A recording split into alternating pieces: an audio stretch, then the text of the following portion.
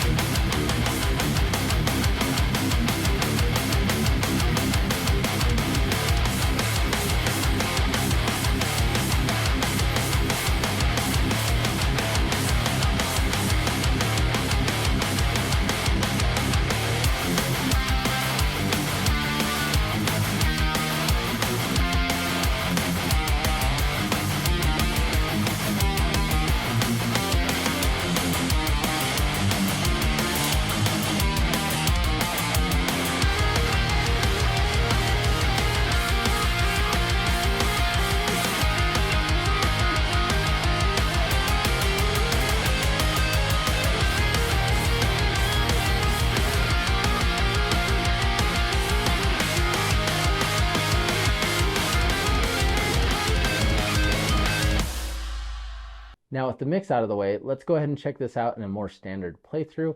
Now, today we're going through the Quad Cortex using an orange dual dark capture featuring the Grim Overdrive from this Heavy Earth. And for the clean, it is just a random preset that I made on my own.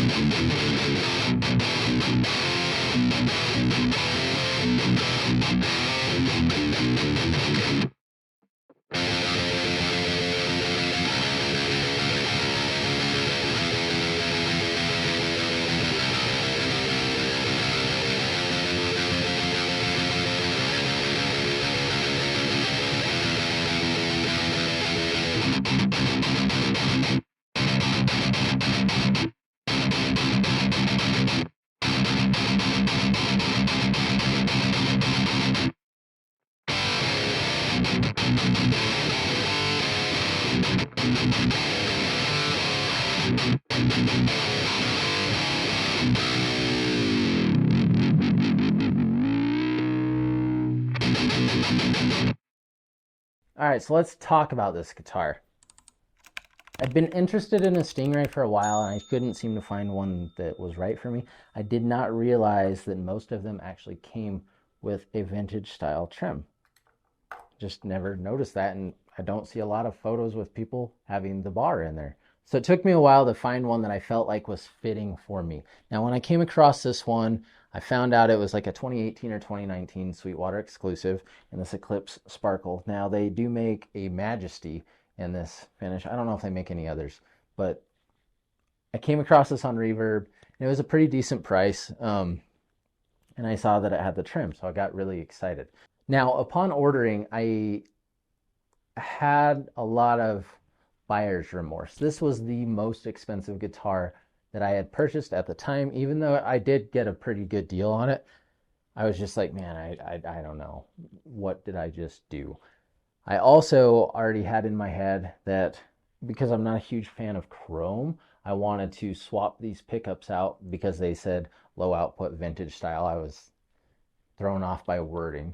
I immediately was like, okay, I'm getting Fishman Devin Townsend pickups. Those are my favorite pickups ever. And I figured they'd look really cool in this because they're that dark gray black kind of color. And I was like, I'll get rid of the chrome, I'll get that. And then I was like, great, that's going to be another like $350 by the time I get them installed, taxes, yada, yada. So I had a lot of buyer's remorse because I was just like, I shouldn't have bought that. And another thing, I had started watching videos after I purchased it, and people were, quite a few people were unhappy with the neck profile of this guitar, saying that it was too fat or, you know, whatever. So I was just like, great. Between the vintage words and other people's opinions, I had just spent way too much on a guitar that I didn't know a whole ton about. I should have maybe done a little more research first. Now, fast forward to unboxing it and all that, I was very excited. I plugged it in, and all of the feelings I had with buyer's remorse went away. I'm no longer going to change these pickups. They're staying stock. I don't care how much I love the Devin Townsend Fishmans. These pickups, low output or not, they sound fantastic. In my opinion, I think they have a lot of punch, and even more, they have a ton of clarity. So I'm not changing them. Even if I don't love chrome, I don't hate chrome. I just don't love it. So this guitar is staying stock. I'm not changing anything about it. Also, I noticed, and I don't ever really notice this on the high gain stuff. I don't want to get into the whole tone wood thing, but I do think on cleans especially, I felt like this guitar had a bit more low end than I'm used to. I knew that Acoma was a very similar wood to mahogany, but upon playing it, I was like, it sounds a little bit different to me. So, of course, I researched Acoma a little bit, and while it is very similar to mahogany, it is also more bass resonant.